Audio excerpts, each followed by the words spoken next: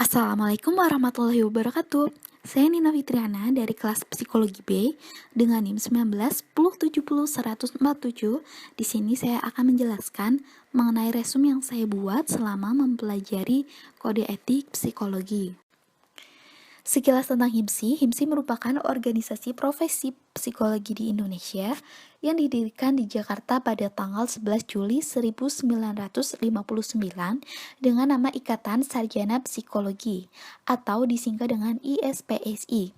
Lalu, sejalan dengan perubahannya sistem pendidikan tinggi di Indonesia, melalui Kongres Luar Biasa pada tahun 1998 di Jakarta, organisasi ini mengubah nama menjadi Himpunan Psikologi Indonesia yang disingkat dengan HIMSI.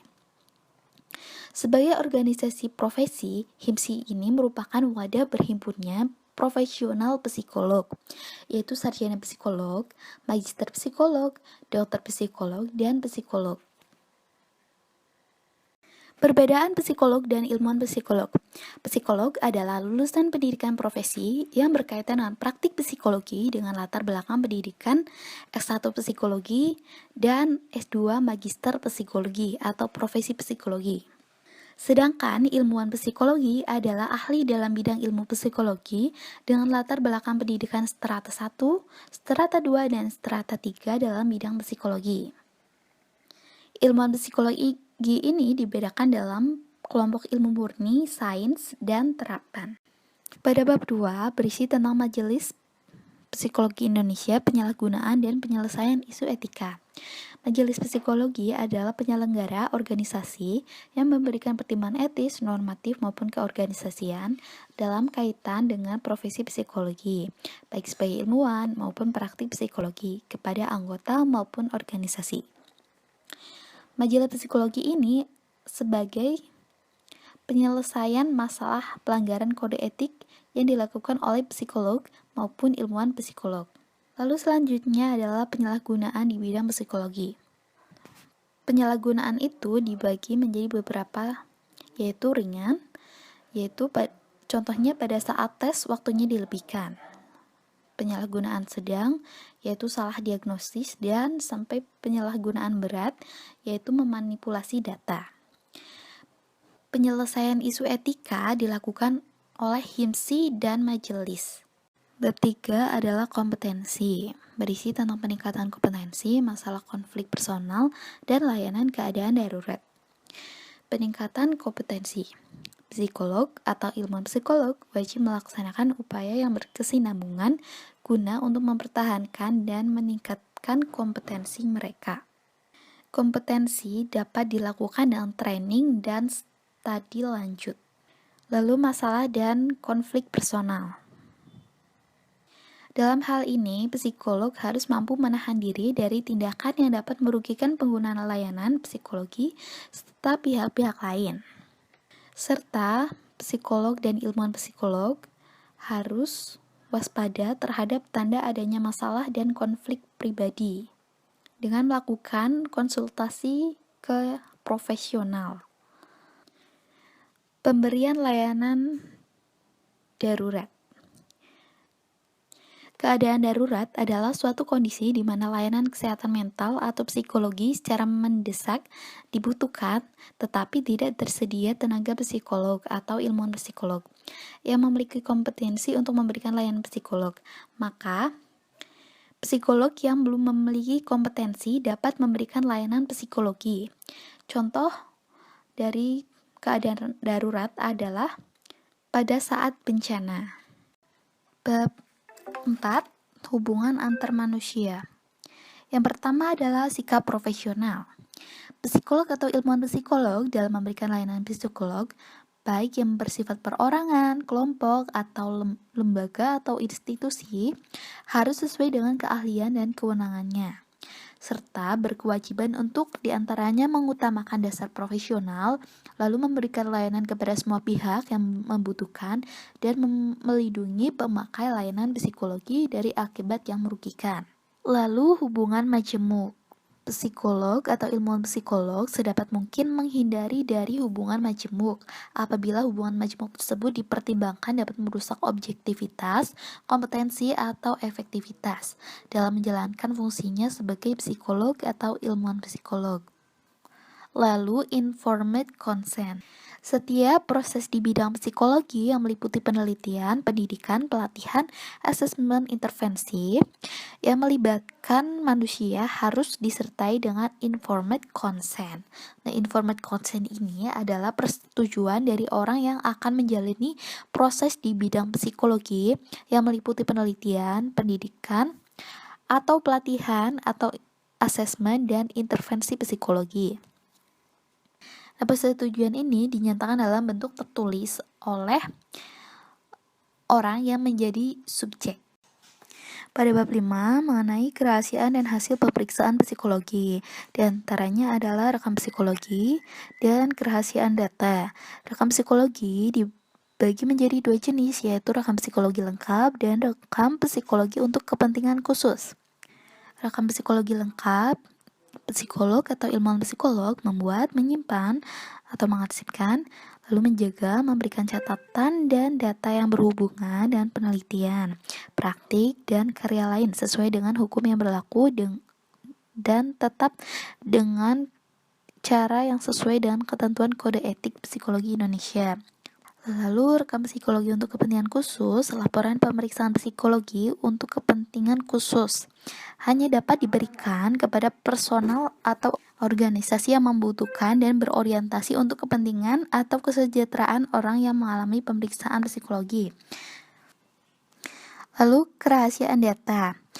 Psikolog atau ilmuwan psikolog harus sudah merencanakan agar data yang dimiliki tetap terjaga kerahasiaannya dan data itu tetap terlindungi.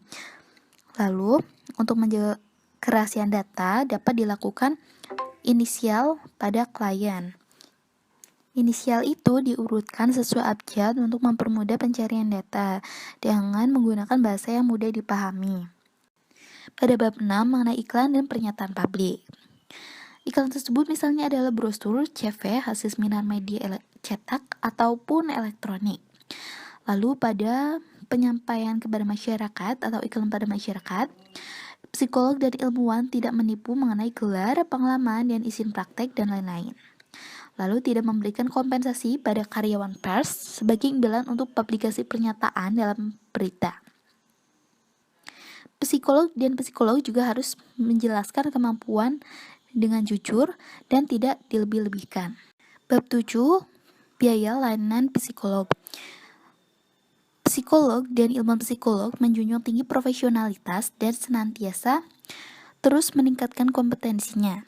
Berkaitan dengan hal tersebut, psikolog dan ilmuwan psikolog perlu dihargai dengan imbalan sesuai profesionalitas dan kompetensinya. Lalu pengenaan biaya atas layanan psikologi kepada penggunaan jasa perorangan, kelompok, lembaga, atau organisasi harus disesuaikan dengan keahlian dan kewenangan psikolog atau ilmuwan psikolog. Lalu psikolog harus dapat menerima benda atau imbalan non-uang dari pengguna layanan psikolog. Misalnya adalah psikolog itu diberikan jagung untuk sebagai imbalan layanan psikolog dan bukan menggunakan materi. Bab 8, pendidikan dan pelatihan. Psikolog dan ilmuwan psikolog menyusun pelatihan berdasarkan teori dan berorientasi pada kesejahteraan peserta. Lalu diperlukannya informed consent dalam pendidikan atau pelatihan. Psikolog atau ilmuwan psikolog harus memperoleh persetujuan untuk melaksanakan pelatihan sebagaimana yang dinyatakan dalam standar informed consent. Bab 9, penelitian dan publikasi. Penelitian diperlukan izin. Psikolog atau ilmuwan psikolog harus memenuhi aturan profesional dan ketentuan yang berlaku, baik dalam perencanaan, pelaksanaan, dan penulisan publikasi penelitian. Dalam hal ini termasuk izin penelitian dari instansi terkait dari pemangku wewenang dari wilayah dan badan setempat yang menjadi lokasi. Lalu informed consent. Psikolog atau ilmuwan psikolog menjelaskan kepada calon partisipan atas kesediaan sebagai partisipan penelitian dan menyatakan bahwa keikutsertaan dalam penelitian yang dilakukan bersifat sukarela, sehingga kemungkinan pengunduran diri atau penolakan untuk terlibat. Informed consent dalam penelitian tersebut dapat disampaikan mengenai tujuan penelitian. Lalu, psikolog atau ilmuwan psikolog mengadakan intervensi atau eksperimen. Dan psikolog atau ilmuwan psikolog menghindari penggunaan segala bentuk pemaksaan termasuk daya tarik yang berlebihan. Memanipulasi penelitian. Psikolog dan ilmuwan psikolog tidak diperkenankan menipu atau menutupi informasi yang kemungkinan dapat mempengaruhi calon niat partisipasi untuk ikut serta, seperti kemungkinan mengalami cedera fisik, rasa tidak menyenangkan, atau pengalaman emosional yang negatif. Penggunaan hewan dalam penelitian. Psikolog dan ilmuwan psikolog harus memperhatikan peraturan negara dan standar profesional apabila menggunakan hewan sebagai objek penelitian. Misalnya adalah ilmuwan psikolog tersebut harus terlatih dalam memperlakukan hewan tersebut dengan baik. Pelaporan dan publikasi proceeding. Psikolog atau ilmuwan psikolog harus bersikap profesional, bijaksana, dan jujur dalam mempertimbangkan keterbatasan kompetensi, kewenangan sesuai dengan ketentuan yang berlaku dalam melakukan pelaporan atau publikasi hasil penelitian. Bab 10 Psikologi Forensik. Yang pertama adalah kompetensi. Psikolog atau ilmuwan psikolog yang melakukan praktik psikologi forensik harus memiliki kompetensi sesuai dengan standar psikologi forensik, lalu memahami sistem hukum di Indonesia dan berdasarkan pekerjaannya pada kode etik psikologi. Yang kedua adalah tanggung jawab, wewenang, dan hak. Psikolog atau ilmuwan psikolog forensik yang melakukan praktik psikolog forensik sesuai dengan kompetensinya memiliki tanggung jawab membantu proses peradilan pidana dalam kasus yang ditanganinya sehingga tercapainya penegakan kebenaran dan keadilan. Dalam rangka penegakan kebenaran dan keadilan, maka psikolog atau ilmuwan psikolog forensik melakukan pekerjaannya berdasarkan asas profesionalitas serta memperhatikan kode etik psikologi. Pernyataan sebagai saksi dan ahli. Saksi mata adalah orang yang melihat atau mendapat informasi secara langsung mengenai suatu kejahatan, sedangkan saksi ahli adalah orang yang mampu memformulasikan temuan psikologis ke dalam bahasa hukum yang membantu dalam proses persidangan. Lalu pernyataan melalui media. Psikologi forensik dalam menyampaikan